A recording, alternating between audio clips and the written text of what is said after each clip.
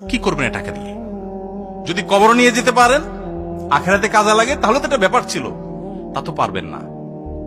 আপনি বলবেন না পারলে কি হয়েছে, ছেলে মেয়ে খাবে, ছেলে মেয়ে ভোগ করবে নিশ্চিত। বহু মানুষ সম্পদ রেখে চলে গেছে, তার ছেলে মেয়েরা ভোগ করতে পারে নাই, হাতে বুতে অন্য মানুষ খেয়ে ফেলছে, আছে না নাই? সবচেয়ে বড় হতভাগাকে জানেন?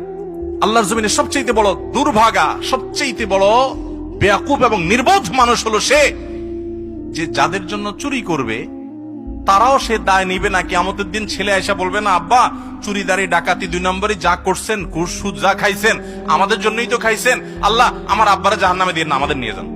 বলবে না ভাই, কোরআন বলেছে ইয়াউমা ইয়াফিরুল মারউ মিন আখিহি ওয়া উম্মিহি ওয়া আবিহি ওয়া সাহিবাতিহি ওয়া বানি। সন্তান বাপকে দেখে মাকে দেখে পালাবে, যে না জানি আজকে কোনো কিছুর জন্য ধরে। সবাই ইয়া নাফসি ইয়া নাফসি করবে। যাদের জন্য চুরি করবেন ওরাও দায় নিবে না। আপনার মতো নির্বোধ কে হতে পারে? সন্তানকে চুরির সম্পদ দিয়ে বড় করবেন না, সততা দিয়ে বড় করেন। আমাদের সমাজে আজ ঘরে ঘরে সেই মা বাপ আছে যে মা বাপ চায় আমার সন্তান থাকুক আজ দুধে ভাতে, সেই মা বাপ নাই যে মা বাপ বলে আমার সন্তান থাকুক আজ ঈমান আমলে সততার সাথে।